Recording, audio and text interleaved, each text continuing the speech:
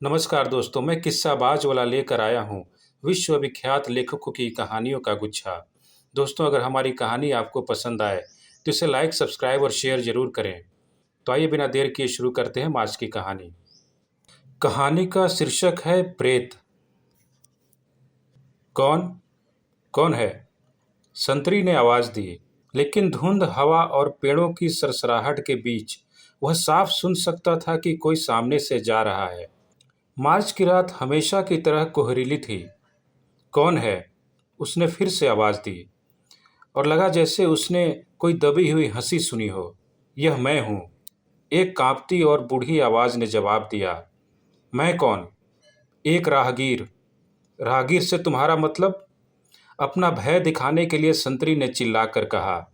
रात में कब्रगाह में किस लिए घूम रहे हो? ओह नहीं भाई, मुझे कुछ नहीं दिखता। ईश्वर मेरी आत्मा को शांति दे। बूढ़े ने गहरी सांस ली।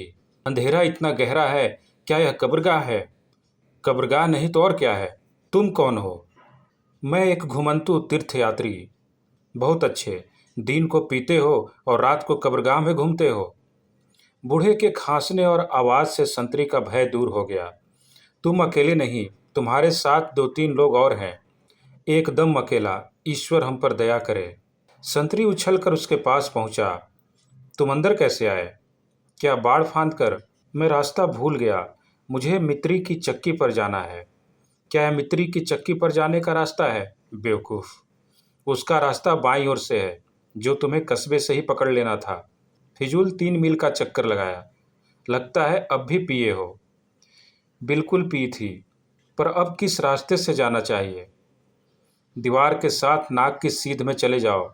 दीवार खत्म होने पर बाएं मुड़ना, कब्रगाह पार करो, फाटक खोलो और हाई रोड पर पहुंचो। वहां से सीधे मित्री की चक्की पर। और हाँ, किसी गड्ढे में मत गिर जाना। ईश्वर तुम्हारी सेहत सलामत रखे। माँ मरियम तुम्हें आशीष दे। क्या मेरे साथ गेट तक चल सकते हो? मुझ पर थोड़ा दया करो। तुम्हें लगता है मेरे पास फालतू समय है? अकेले जाओ। मेहरबानी करो, मुझे कुछ सूझता नहीं। मैं हर रात तुम्हारे लिए प्रार्थना करूंगा। मेरे पास समय नहीं है। अगर तुम सबके साथ मैं यह करने लगूं तो मैं नौकरी से निकाल दिया जाऊंगा। ईश्वर की खातिर, सच, मुझे दिखाई नहीं देता। इसके अलावा कब्रगाह में अकेले डर लगता है। अच्छा चलो। दोनों कंधे से कंधा मिलाकर बिना कुछ बोले चले जा रहे थे। बर्फानी हवा का एक झोंका, अदृश्य पेड़ों की सरसराहट, वे बड़ी बड़ी बूंदों में भीगने लगे। पूरा रास्ता पानी से भर गया। एक बात मुझे हैरान करती है, तुम अंदर कैसे आए? गेट पर ताला पड़ा है, दीवार फांद कर क्या? ऐसा हो सकता है? मैं खुद नहीं जानता कैसे। मुझ पर शैतान सवार था। ईश्वर ने मुझे सजा दी। तुम यहाँ के दयालु संतरी हो। हाँ, पूरी कब्रगाह की चौकसी के लिए। नहीं, हम 3 लोग हैं। एक बीमार है, दूसरा सो रहा है। हम बारी बारी से ड्यूटी देते हैं। समझा। और तुम कहाँ से आए हो? बहुत दूर। ब्लोगना से तीर्थ स्थानों के दर्शन करता और नेक लोगों के लिए प्रार्थना करता हूँ। हे ईश्वर, हम पर दया करो। संतरी अपना पाइप जलाने के लिए रुका। पल भर के लिए तिल्ली की हिलती हुई रोशनी में एक कब्र का सफेद पत्थर और उस पर उकेरा हुआ देवदूत एवं काला क्रॉस दिखा। हमारे प्रियजन गहरी नींद में सो रहे हैं। अजनबी ने गहरी सांस लेते हुए कहा। अमीर और गरीब, बुद्धिमान और मूर्ख, सब चैन से सो रहे हैं। अभी हम यहाँ चल रहे हैं, पर समय आने पर हम भी अपनी कब्र में लेटे होंगे। बहुत सही। ऐसा कोई नहीं जो मरे नहीं। हम सभी पापी हैं। हमारे कर्म बुरे हैं। मैं पाप में डूबा हुआ हूँ, धरती पर बोझ हूँ। तो तुम्हें भी एक दिन मरना पड़ेगा। मैं नहीं जानता। तीर्थयात्रियों के लिए मरना हम जैसों के लिए आसान है। तीर्थयात्री 2 तरह के होते हैं। पहले ईश्वर से डरने वाले, जो अपनी आत्मा की फिक्र करते हैं। तुम्हारी भेंट ऐसे किसी तीर्थयात्री से भी हो सकती है जो तुम्हारे सिर पर कुल्हाड़ी चला सकता है। मुझे ऐसी डरावनी बातें क्यों सुनाते हो? सिर्फ बतियाने के लिए। गेट आ गया है, ताला खोलो। संतरी ने ताला खोला और अजनबी को बांह पकड़कर बाहर निकाला। कब्रगाह खत्म। अब सीधे मुख्य सड़क पर पहुंचो और चलते रहो जब तक कि मित्री की चक्की ना आ जाए। प्यारे भाई, अब मित्री की चक्की पर जाने की जरूरत नहीं। वहां किस लिए जाना? मैं तुम्हारे साथ यहीं कुछ देर रुकूंगा। किस लिए? तुम्हारे साथ आनंद आ रहा है। मैं कोई मस्खरा हूँ? तुम ऐसे तीर्थयात्री हो जो मजाक पसंद करता है। बिल्कुल करता हूँ, अजनबी ने कहा। और तुम प्यारे भाई मुझे लंबे अरसे तक याद रखोगे। भला किस लिए याद रखूंगा? क्योंकि मैंने तुम्हें बड़ी चालाकी से बंदर बनाया। क्या तुम मुझे तीर्थयात्री नहीं समझते हो? नहीं, बिल्कुल नहीं। तो कौन हो? एक प्रेत। मैं भी अभी अपनी कब्र से निकला हूँ।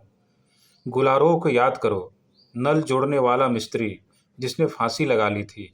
मैं उसी गुलारों का प्रेत हूँ।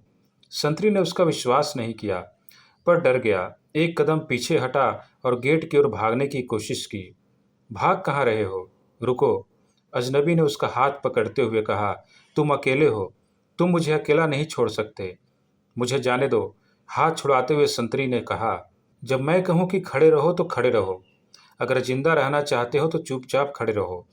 मैं इस समय खून नहीं बहाना चाहता, वरना कभी का काम तमाम कर देता। अब चुपचाप खड़े रहो। संतरी के घुटने कांप रहे थे। उसने पूरी ताकत से फेंस को पकड़ लिया और चिल्लाने की कोशिश की, लेकिन जानता था कि उसकी आवाज़ किसी के कान में नहीं पहुंचेगी। कुछ मिनट सन्नाटे में गुजरे। एक बीमार पड़ा है, दूसरा सो रहा है और तीसरा एक तीर्थयात्री को गेट पर पहुंचा रहा है। अजनबी ने बड़बड़ा कर कहा, बढ़िया, और इसके लिए तुम्हें वेतन मिला है? ओह नहीं, चोर संतरियों से हमेशा चालाक होते हैं। चुपचाप खड़े रहो, हिलो मत। 5 या 10 मिनट यूं ही गुजरे। एकाएक हवा को चीरती हुई एक तेज जफील की आवाज आई। अब जा सकते हो। अजनबी ने संतरी का हाथ छोड़ते हुए कहा, ईश्वर को धन्यवाद दो कि तुम जिंदा हो। अजनबी ने भी एक तेज जफील बजाई और संतरी को छोड़कर गेट की ओर भागा। भय से थरथराते हुए संतरी ने गेट खोला और आंखें मूंद कर बाहर भागा। जब संतरी मुख्य सड़क से काफी दूर निकल गया तो उसने अंधेरे में टिमटिमाती हुई एक मध्यम रोशनी देखी। वह रोशनी के जितने करीब पहुंच रहा था, उसका भय उतना ही बढ़ता जा रहा था और किसी वारदात के होने की आशंका भी बढ़ती जा रही थी। लगता है रोशनी चर्च के अंदर है। 1 मिनट बाद वह चर्च की टूटी खिड़की के पास खड़ा चर्च के दालान को देख रहा था। एक पतली मोमबत्ती जिसे चोर बुझाना भूल गए थे, हवा के झोंकों में टिमटिमा रही थी। पूजा गृह में एक टूटा हुआ बक्सा औंधा पड़ा था। इधर उधर सामान बिखरा पड़ा था। कम्युनियम टेबल के पास अनगिन पैरों के निशान छूटे हुए थे। कुछ मिनट गुजरे, फिर चर्च में खतरे की घंटी बज उठी, जिसे हहराती हुई हवा कब्रगाह के पार ले गई। धन्यवाद।